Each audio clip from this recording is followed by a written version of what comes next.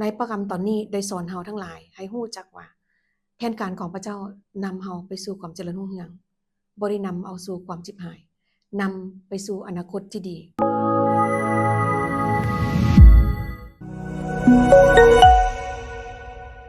สบายดีพี่น้องทุกคนเนาะยินดีต้อนรับพี่น้องเข้าสู่รายการ One Hope Devotion ซึ่งมื้อนี้มาพบกับข้าพเจ้าชื่อศาสตราจารย์จินดาสุขประเสริฐซึ่งเป็นเสียพิบาลประจำอยู่ที่คริสตจักรเขาประเสริฐอานุและเป็นหัวหน้าห้องการศูนย์รวมคริสตจักรเขาประเสริฐสปป.ลาวซึ่งรายการนี้ได้นำพี่น้องเข้าสู่การศึกษาพระคำของพระเจ้าคือถ้าพี่น้องท่านใดที่มีพระคำของพระเจ้าอยู่ในมืออยู่ในโทรศัพท์ของพวกท่านให้พวกท่านทั้งหลายและพี่น้องทั้งหลายได้เปิดในพระคำเยเรมียาบทที่29ข้อที่11ซึ่งมีเนื้อไหนและบทความดังต่อไปนี้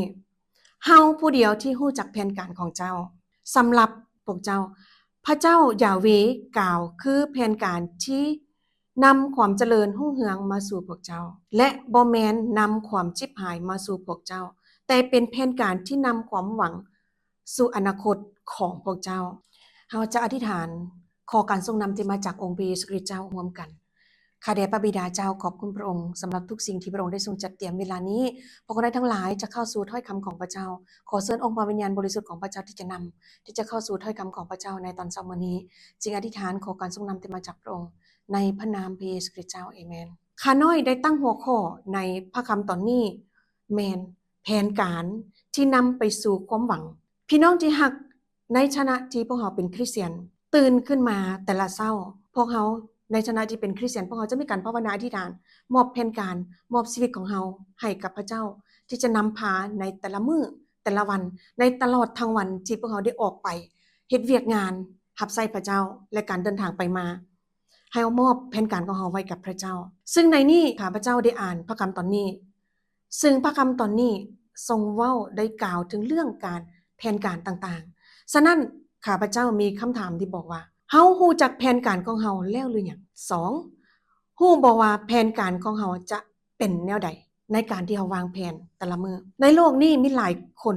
ซอกหาวิธีการงานต่างๆจะเฮ็ดให้ชีวิตยากจะให้ชีวิตของตัวเองนั้นมีประสบความสำเร็จได้มีความเจริญรุ่งเรืองได้ดีขึ้นแต่ละมื้อแต่ละวันบ่ว่าจะเป็นการอบรมวิธีต่างๆในชีวิตประจำวันและชีวิตของเฮาในอนาคตแต่ในโลกนี้ทุกคนเกิดมามีแผนการสำหรับลูกของตัวเอง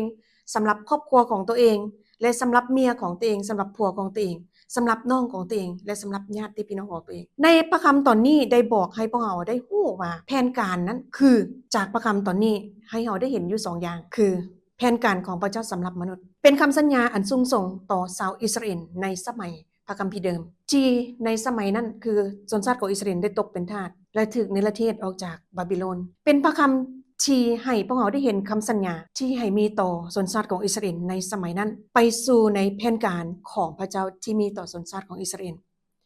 ที่จะนำเขาได้ไปสู่ในแผนการของพระเจ้าซึ่งเป็นแผนการที่นำความเจริญรุ่งเรืองและนำพวกเขากลับคืนสู่แผ่นดินของเขาเจ้าหลังจากที่เขาได้ตกเป็นทาส70 ปีบ่แม่นแผนการที่จะนำเอาความชิบหาย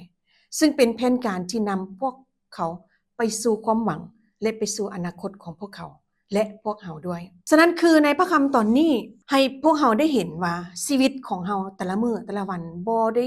แม่นการที่จะเฮ็ดตามจิตใจของเรา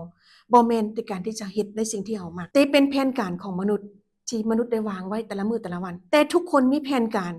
ที่ดีสำหรับอนาคตของตัวเองเป็นแผนการที่จะนำเอาความเจริญรุ่งเรืองจะนำเอาสิ่งที่ดีมาสู่ชีวิตของพวกเขาซึ่งในพระคำตอนนี้ได้ให้เรามีความหวังในองค์พระเยซูคริสต์เจ้าถ้าว่าเรามีแผนการแล้วถ้าแผนการของพวกเขานั้นบ่สำเร็จมันจะเกิดมีการย้านจะเกิดมีคำว่าโรคซึมเศร้าจะเกิดมีการแพนิคจะเกิดมีการท็อกซิกจะเกิดมีเรื่องราวต่างๆเข้ามาในชีวิตของเราเป็นต้นจากยกตัวอย่างให้พี่น้องได้เห็นว่าการที่เราเป็นนักธุรกิจการที่เรามีความหวังคาดหวังอันล่วงหลายในชีวิตของเราถ้าเราวางแผนการแล้วเราจะบ่สำเร็จในสิ่งเหล่านั้นจะเกิดมีโรคซึมเศร้าจะเฮ็ดให้เรามีความย้านฉะนั้นพี่น้องที่รักในองค์พระเยซูคริสต์เจ้าสิ่งสำคัญในชีวิตของคริสเตียนเราจะเห็นว่า พระประสงค์ของพระเจ้าบ่ได้นำเอาแผนการจิบหายมาสู่ชีวิตของคริสเตียนมาสู่ชีวิตของมวลมนุษย์แต่พระเจ้านำเอาแผนการอันดีคือเป็นแผนการที่นำเอาความหวังความเจริญรุ่งเรืองมาสู่มวลมนุษย์ทั้งหลายบ่ได้แม่นแต่คริสเตียนบ่ได้แม่นแต่ข้าพเจ้าเองแต่นำไปสู่มวลมนุษย์ทั้งหลายซึ่งเป็นแผนการที่สูงส่งอันดับที่หนึ่งจะให้เฮาได้เห็นว่าคือพระเยซูคริสต์เจ้าได้ลงมาในโลกนี้เพื่อตายไถ่ความผิดบาปของมวลมนุษย์คือไถ่ความผิดบาปของข้าน้อยเองและไถ่ให้ข้าน้อยได้พ้นจากการสาปแช่งและให้ข้าน้อยได้พ้นจากมารซาตานให้ข้าน้อยได้พ้นจากอำนาจของมารซาตานปีศาจให้ซึ่งอยู่ในที่นั้นไถ่ข้าน้อยแล้วและไถ่พี่น้องทั้งหลายและพี่น้องทุกคนที่อยู่ในบนโลกนี้ที่เป็นมนุษย์ทั้งหลายในโลกนี้อันที่สองนำชีวิต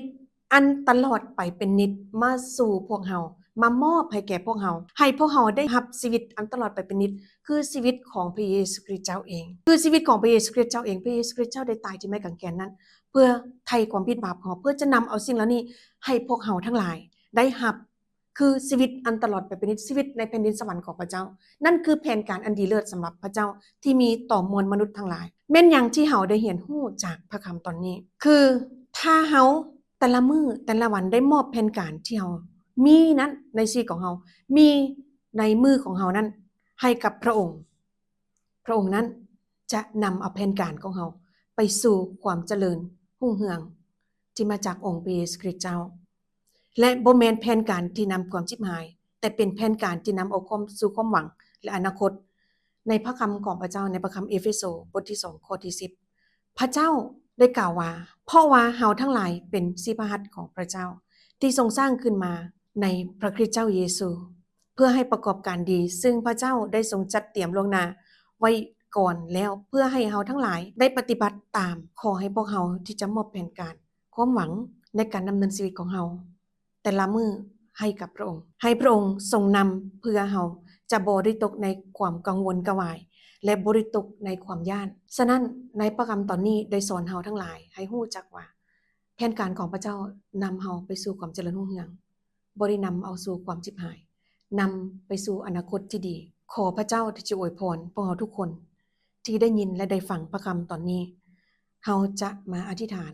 ขอบพระคุณพระเจ้าด้วยกันพระบิดาเจ้าข้าพระองค์ได้ขอบคุณพระองค์สำหรับพระคำของพระเจ้าที่ให้พระองค์ได้เห็นถึง